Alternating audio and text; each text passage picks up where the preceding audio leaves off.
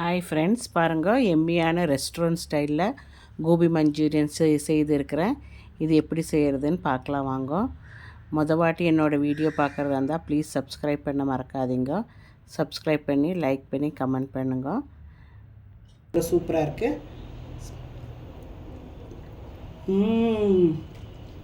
Super.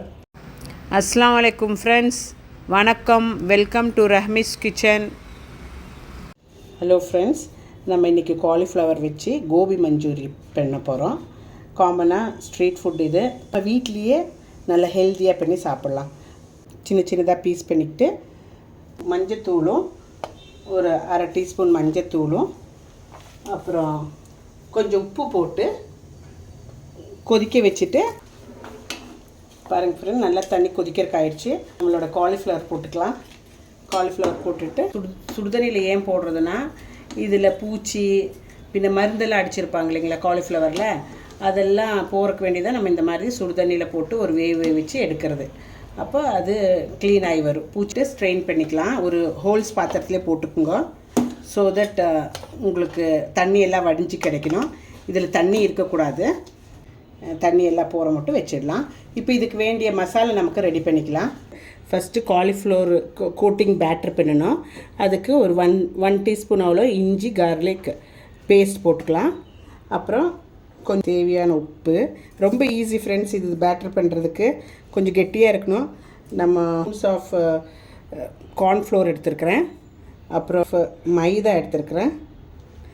இது அரிசி மாவு எடுத்துருக்கிறேன். நல்லா கிறிஸ்பியாக வரும் நம்மளோட காலிஃப்ளவரு. சூப்பராகவும் வரும்.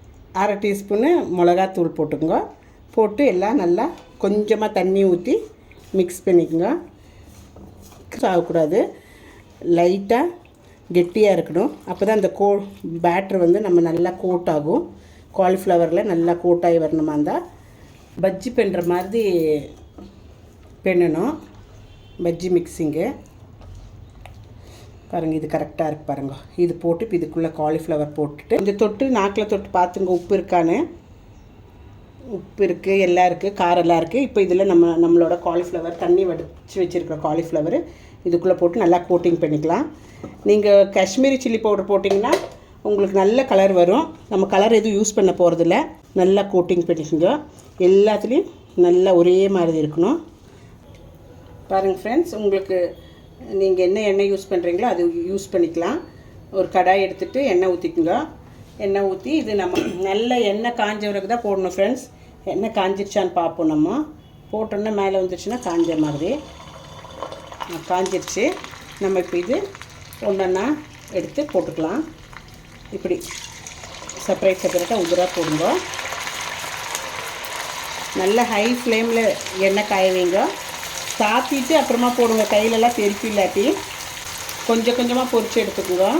போட்ட உடனே இமீடியட்டாக திருப்பாதீங்க. இமீடியட்டாக திருப்பினீங்கன்னா அது எல்லாம் அந்த கோட்டிங் எல்லாம் வந்துடும். ஸோ கொஞ்சம் நேரம் ஆன பிறகு திருப்பி போடுவோம்.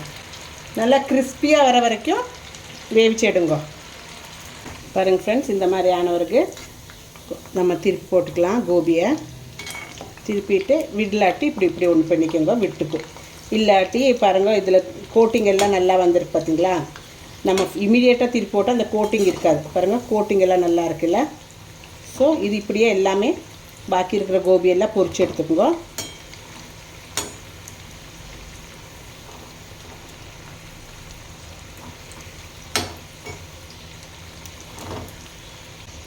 பாருங்கள் ஃப்ரெண்ட்ஸ், நல்லா ப்ரௌன் கலர் ஆகிடுச்சு பார்த்தீங்களா.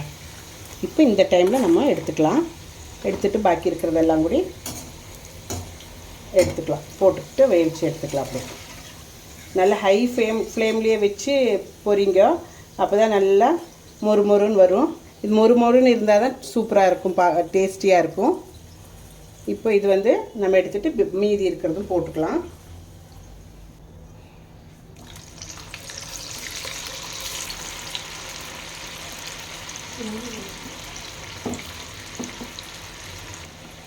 பாருங்கள் ஃப்ரெண்ட்ஸ், இப்படி இப்படி வறுத்து எடுத்துக்கணும். இப்படி சவுண்டு வரணும். இப்படி சவுண்டு வந்துச்சுன்னா அது நல்லா மொறுமொறுன்னு ஆயிருக்குன்னு அர்த்தம். குழந்தைங்களுக்கு கொடுத்தீங்கன்னா சாப்பிட்டுடுவாங்க. அவ்வளோ டேஸ்டியாக இருக்கும் இதே சாப்பிட்றதுக்கு.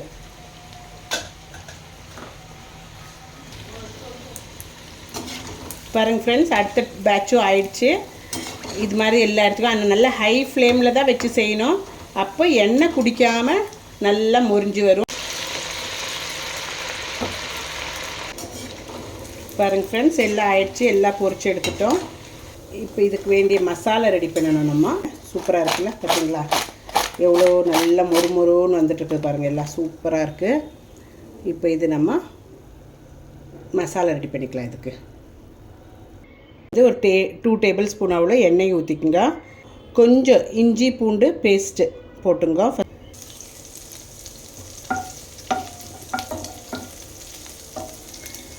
ஒரு ½ வெங்காயமும் ஸ்ப்ரிங் ஆனியன் வெங்காய சைடு பார்ட்டில் ஒயிட் பார்ட் எடுத்து வச்சுருக்கிறேன், அது ரெண்டும் போட்டுட்டு நல்லா இலக்கிக்கலாம்.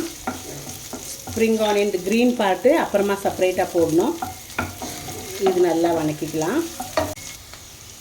ஒரு கேப்சிகம் ½ கேப்சிகம் அறுத்து வச்சுருக்கிறேன், அது போட்டுக்கலாம். அது நல்லா போட்டு வணக்கிக்கலாம்.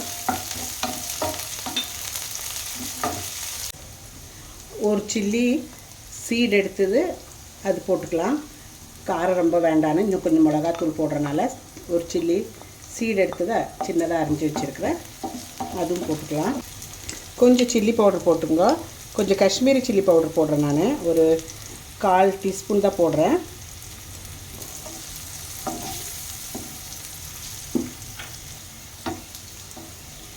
ஒரு 2 டேபிள் ஸ்பூன் அவ்வளோ சில்லி சாஸ் போட்டுங்க.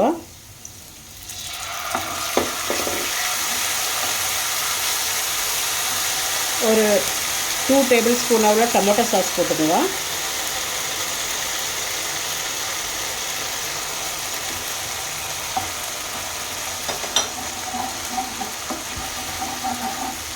சோயா சாஸு 1 டேபிள் ஸ்பூன் அவ்வளோ போட்டுங்க.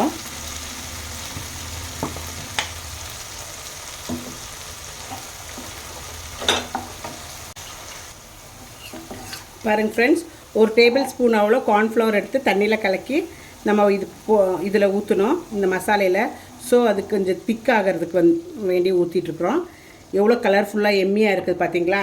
ஸ்மெல் அவ்வளோ சூப்பராக இருக்குது. இந்த ஸ்ப்ரிங் ஆனியன் எல்லாம் போட்டிருக்கிறதுனால, கேப்சிகம் எல்லாம் போட்டிருக்கிறதுனால ரொம்ப எம்மியாக ஸ்மெல் வருது.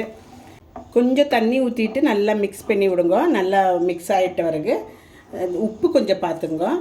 உப்பு பார்த்துட்டு உப்பு தேவைப்பட்டால் போடுங்க. சாஸ் எல்லாம் போட்டிருக்கனால உப்பு இருக்கிறதுக்கு வாய்ப்பு இருக்குது. இல்லை முன்னாடி நீங்கள் உப்பு காரம் எது குறைவாக இருந்தாலும் போட்டுக்கலாம். இதில் போட்டுட்டு நல்லா மிக்ஸ் பண்ணிக்கலாம்.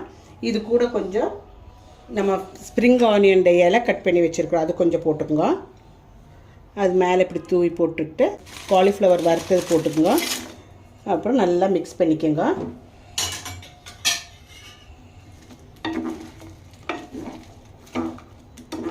இது நல்லா மிக்ஸ் பண்ணிவிட்டு ஃப்ரெண்ட்ஸ், இவ்வளோ நல்லா கோட்டாக இருக்குது. இது மாதிரி நல்லா கோட் பண்ணிக்கோங்க. ரொம்ப லிக்விட் பண்ணிடாதீங்க, சாகி ஆகிடும்.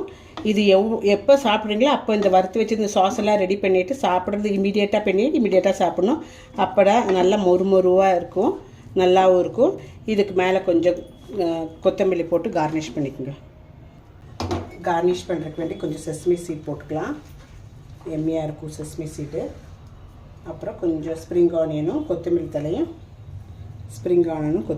கொஞ்சம் கொஞ்சம் போட்டுக்கலாம். எவ்வளோ எம்மியாக இருக்குது பார்த்தீங்களா. நம்மளோட கோபி மஞ்சூரி சூப்பராக இருக்குல்ல.